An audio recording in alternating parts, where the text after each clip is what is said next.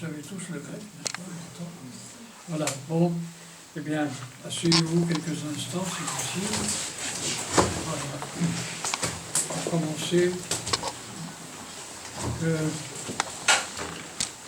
Saint-Martin soit votre compagnon fidèle.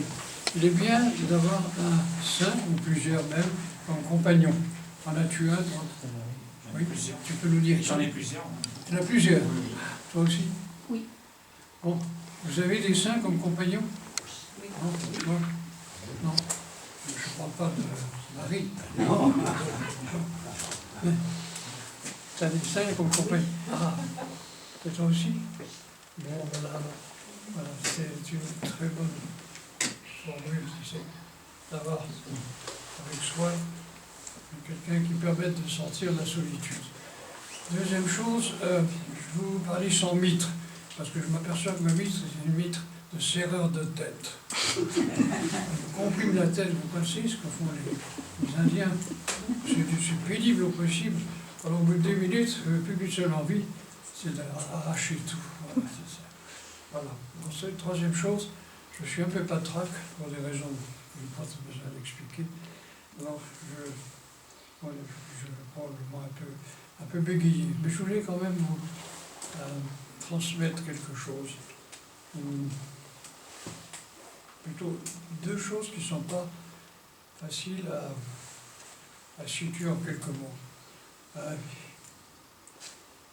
Hier, oui, c'est hier, on fêtait quel saint? Vous lisez le calendrier? Saint-Léon le Grand. Parce que, comment? Saint-Léon le Grand. Saint-Léon le Grand, pape de Rome, au 5e siècle. C'est celui qui n'y était pas, mais quand même a présidé de manière congrue le concile de Chalcédoine. C'est un concile tout à fait extraordinaire et définit que le Christ, on peut effectivement le considérer et Dieu et homme. Ensuite, aujourd'hui, on fête Saint Martin. Mais on dit Martin de Tours. Bon. Et Léon, c'était de Rome. Ensuite, demain, qu'est-ce qu'on va fêter et après-demain? Saint Théodore le Studite. Théodore le Studite. Alors, le Studite, c'était un couvent à Constantinople, qu'on appelle le Studione. Il était moine, je crois, au 9e siècle. C'était un petit couvent, il y avait 10 000 moines. Hein. Il participait à tous les événements politiques, et quand les moines sortaient, ils sortaient avec des bâtons, et ils cognèrent. Pas ceux qu'ils aimaient, ceux qui n'aimaient pas trop. Bon, alors, et puis Saint Jean Chrysostome, voilà, il était patriarche de Constantinople. Alors, ce que je voulais vous faire remarquer, c'est de se concentrer ici.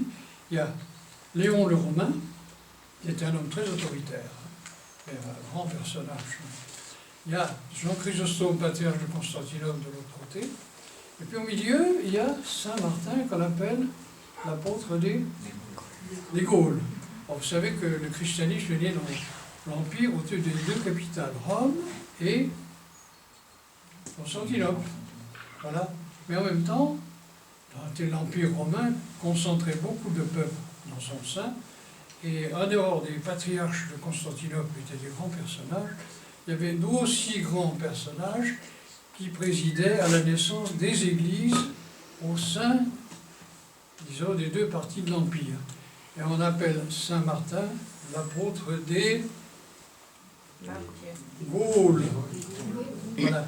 Et c'est lui qui a fondé, en grande partie, l'Église dans les territoires, disons, paysans de l'époque. Ici, les villes étaient plutôt petites, et qui a donné, la possibilité d'avoir une Église locale qui n'était ni soumise ni à Rome, ni à Constantinople, mais qui avait le génie propre de ce lieu. Alors voilà pourquoi il est un de nos fondations, et il est représenté ici. Deuxième chose, est-ce que vous avez une croix? Tu portes la croix? Toi aussi? Pas encore. Hein. Je t'en donnerai une, mais elle sera légère, ouais, c'est ça. Oui. Voilà. Alors, voilà. Bon, il est bien d'avoir la croix. Alors, une des significations de la croix, c'est que la vie de l'homme, le Christ a dit, celui qui veut me suivre, qui prenne sa croix, et marche avec moi. Alors la croix elle est, c'est pas une question d'harmonie, elle concentre en elle le vertical et l'horizontal, les deux. Ce qui désigne qu'il y a chez l'homme la nécessité de mettre avec la tension vers le haut, c'est-à-dire vers qui? Vers Dieu. La tension à l'horizontale et la tension vers le monde, vers les hommes, vers les autres. Alors nous sommes pris sur ces deux registres. Et souvent, il arrive que c'est l'un ou l'autre qui l'emporte. Hein? Ou bien on est tendu vers Dieu et puis on laisse le monde. Ou bien on est tendu vers le monde et puis on laisse tomber Dieu. À votre avis, notre époque est plutôt de quel genre? Hein? Elle est plutôt du deuxième. Ça. On a laissé tomber Dieu et puis maintenant on est lancé vers les autres comme ça, de manière inimaginable, même, je dirais, s'ils ne le veulent pas. C'est une des grandes choses qu'on peut apprendre, disons, dans le monde contemporain. Voilà, alors ici, qu'est-ce que c'est qui nous est donné par le Christ? Il dit, notre vie a besoin de ces deux mouvements. Le mouvement exclusif vers Dieu, et on peut le garder à l'intérieur de nous, voilà. Et puis le mouvement qui est second, mais quand même égal au premier, qui va vers la réalisation du monde extérieur. Alors, quand on va marcher sur le registre de la croix, on va trouver à l'intérieur de l'Église des gens qui sont revêtus de sainteté et qui, en général, la sainteté vient parce que c'est une qualité divine. Dieu est tendu vers l'homme et réciproquement, l'homme peut être tendu vers Dieu. Mais comme en même temps la création est la création divine et que Dieu a donné à l'homme le rôle de manier la création, eh bien nous avons ce mouvement d'aller vers les autres ensemble. Je ne sais pas si vous me suivez. L'important, c'est de quelquefois être obligé de choisir de manière plus forte l'un ou l'autre. On ne peut pas tout faire. Hein. Est-ce que vous avez déjà vécu des situations où vous pensez que vous faites tout? Non? Non. On n'a jamais vu une œuvre humaine faite par un homme tout seul. Multitude de choses sont faites par l'association. Alors si vous avez une tendance vers Dieu, conservez-la tranquillement. Si vous avez une tendance vers les hommes, eh bien, laissez les autres vous compléter et réciproquement. Seulement, ce qu'il y a, c'est dans un milieu comme l'Église, il faut maintenir solidement les deux choses. Et pas les séparer l'une de l'autre. Souvent, on a eu la tendance, ici en Occident, on voulait faire des heures, hein, comme les protestants. Voilà.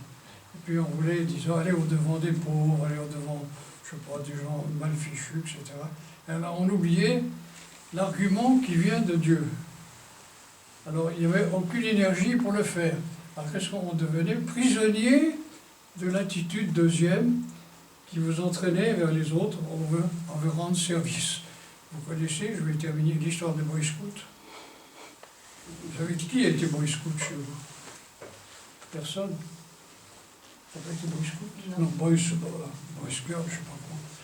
Voilà, alors, il y a deux Boy Scouts, petits comme ça, ils ont fait la BA, c'est la bonne action.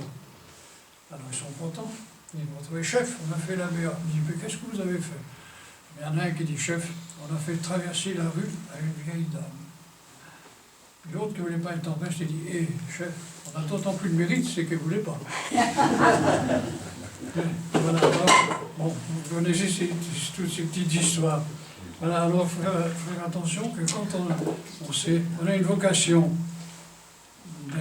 comment dire, vers la tension vers les hommes, il ne faut pas être envahi par ça. On fait ce qu'on fait, puis après, on va avoir un coup. Bon, enfin, on se débarrasse des fausses tensions. Si tu, au contraire, tu as une tension vers Dieu quasi exclusive, eh bien, également, n'oublie pas que même Dieu peut être un piège pour l'homme, parce que Dieu ne veut pas que l'homme soit non libre. il est libre intérieurement, mais il n'est pas pris par ses œuvres, il n'est pas pris même par Dieu, il est un personnage tout à fait central. Est-ce que vous avez des soucis quelquefois dans l'existence sur ces deux registres? Non, hein? T'as pas de soucis pour Dieu, toi, hein? Moi j'en ai quelquefois de temps en temps, me dire, oh, je suis évêque comme ça, je suis quelconque, mais enfin, alors Dieu m'a envoyé faire 6 ans ce travail au sein du monde. Voilà, je ne sais pas s'il me fait comprendre, mais gardez bien ces deux choses-là. Vérifiez l'intérieur de l'être, et puis marcher, disons, mais toujours devant la face de Dieu. À qui soit l'honneur et gloire au siècle des siècles. Amen.